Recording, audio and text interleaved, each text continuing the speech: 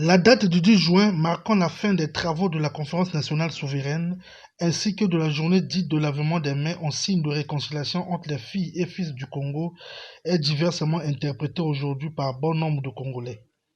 Certains que nous avons interviewés pensent que la Conférence nationale a été à l'origine de plusieurs avancées et 32 ans après, son bilan est tant bien que mal apprécié.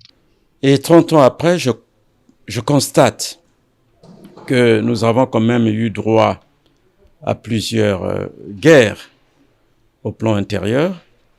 Nous avons eu droit à beaucoup de déplacements de population, choses à réparer, parce que les rancœurs d'hier ne sont pas totalement finies, mais je crois qu'il demeure dans notre pays une volonté de refaire l'unité de notre nation.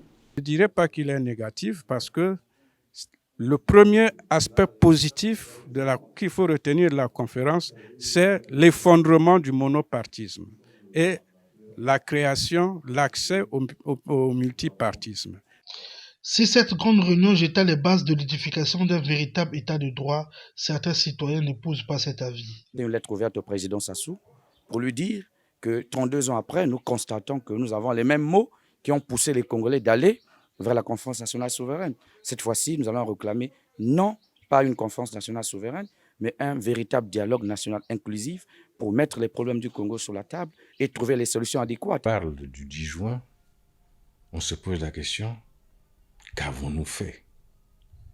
Quand je dis ça, qu'avons-nous fait, c'est toute la classe politique, parce que l'échec du pouvoir actuel qui règne depuis 1997 à aujourd'hui, si ce bilan est ce qu'il est, c'est parce que aussi, non seulement la classe politique entière, opposition, pouvoir confondu, mais aussi les Congolais ont laissé faire. En tant que défenseur des droits humains, je pense que le constat qu'on peut faire du Congo, il est très amer.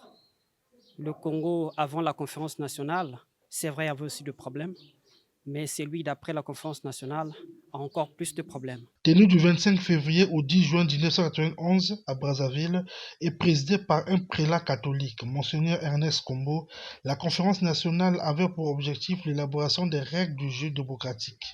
Avec plus de 300 actes issus des travaux, elle a porté un regard critique sur 3 décennies de vie politique et économique du Congo.